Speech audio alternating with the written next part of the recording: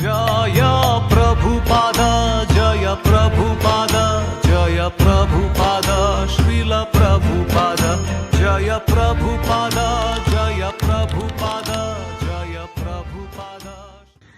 Srila പ്രഭുപാദിന്റെ ലീലാമൃതയുടെ അവസാനമാകുമ്പം last ചാപ്റ്ററിൽ സത്സ്വരൂപ മഹാരാജ് പ്രഭുപാദിന്റെ ഈ ഭൂമിയിൽ നിന്ന് പോകുന്ന പാസ്റ്റ് ടൈമിനെ കുറിച്ച് ഡീറ്റെയിൽ ആയിട്ട് പറയുന്നുണ്ട്. മഹാരാജ് എടുക്കുന്ന രീതി എന്ന് പറഞ്ഞാൽ ഓരോ ഇൻസ്റ്റൻസ് ഇങ്ങനെ പറയുന്നില്ല, ഓരോ മിനിറ്റിൽ എന്താ സംഭവിച്ചതെന്ന് പറയുന്നില്ല. പക്ഷെ അതിൽ നിന്ന് നമുക്ക് ഉൾക്കൊള്ളേണ്ട ഒരു തത്വം പ്രഭുപാദ് പറയുന്നുണ്ട്, സത്സ്വരൂപ മഹാരാജ് പറഞ്ഞു തരുന്നുണ്ട്. അതിൽ ഒരു പാരഗ്രാഫിൽ സത്സ്വരൂപ മഹാരാജ് പ്രഭുപാദ് ഈ ഭൂമിയിൽ നിന്ന് പോയത് ഭീഷ്മദേവൻ എങ്ങനെയാണ് ഈ ഭൂമിയിൽ നിന്ന് തിരിച്ചു പോയത് അതുമായിട്ട് ഉപമിക്കുന്നുണ്ട്. ഭീഷ്മദേവൻ പറയുന്നുണ്ട്, മഹാഭാരതത്തിൽ പറയുന്നുണ്ട്, കൃഷ്ണൻ വളരെ കാരുണ്യവാനാണ്, അദ്ദേഹം എല്ലാവരോടും ഒരേപോലെ കാരുണ്യവാനാണ്. പക്ഷെ എന്നോട് സവിശേഷമായ കാരുണ്യം അദ്ദേഹം കാണിച്ചു, കാരണം ഞാൻ ശരീരം ഉപേക്ഷിക്കുന്ന സമയത്ത് അദ്ദേഹം എൻ്റെ അടുത്ത് വന്നു എന്ന് ഭീഷ്മദേവൻ പറയുന്നുണ്ട്.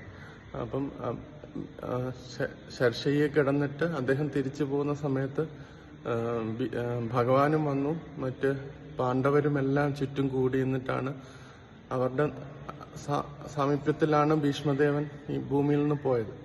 അപ്പം ആ വളരെ ഗ്ലോറിയസ് ആണ് ഭീഷ്മദേവന്റെ തിരിച്ചുപോക്ക്.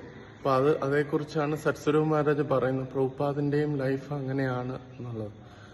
കാരണം ഒരു ഭീഷ്മദേവൻ ഒരു വാരിയറാണ്, ഒരു യോദ്ധാവാണ്. അതേപോലെ തന്നെ ശ്രീല പ്രഭുപാദും ഭഗവാന് വേണ്ടി യുദ്ധം ചെയ്ത വ്യക്തിയാണ്. അവസാനം അദ്ദേഹം പോകുമ്പം അദ്ദേഹത്തിന് ചുറ്റും ഭക്തന്മാരെല്ലാം ഉണ്ടായിരുന്നു. ഭീഷ്മദേവന്റെ ചുറ്റും പാണ്ഡവരും എല്ലാവരും ഉണ്ടായിരുന്ന സമയത്ത് ഗ്ലോറിയസ് ആയിട്ടാണ്. അതേപോലെ ശ്രീല പ്രഭുപാദിന്റെ ചുറ്റും ഭക്തന്മാരെല്ലാം ഉണ്ടായിരുന്നു.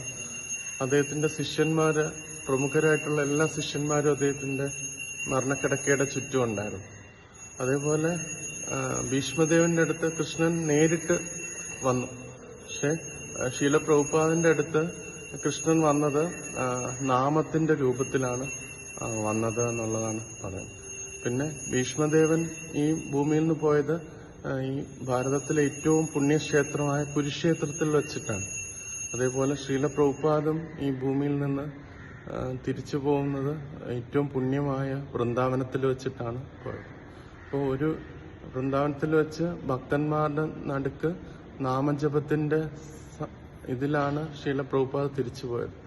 അപ്പം ഇതിൽ നിന്ന് ശ്രീല പ്രഭുപാദ് അവസാനത്തെ ഈ ലീലയിലൂടെ നമുക്ക് പറഞ്ഞു തരുന്നത്, നമ്മൾ പൂർണ്ണമായിട്ട് ഭഗവാനെ ഡെഡിക്കേറ്റ് ചെയ്യുകയാണെങ്കിൽ ഭഗവാൻ നമ്മുടെ അവസാന സമയത്ത് നമ്മുടെ കൂടെ ഭക്തന്മാരുടെ രൂപത്തിലും നാമത്തിന്റെ രൂപത്തിലും ഇവൻ വ്യക്തിപരമായി തന്നെ അദ്ദേഹം ഉണ്ടാകും എന്നുള്ളൊരു കാര്യം അതിലൂടെ തന്റെ ശിഷ്യന്മാർക്ക് അവസാനത്തെ ലെസൺ എന്ന നിലയിൽ പ്രഭുപാദ് കാണിച്ചു കൊടുക്കുമായിരുന്നു എന്ന് അതിൽ സത്സ്വരൂപ മഹാരാജ് പറഞ്ഞു.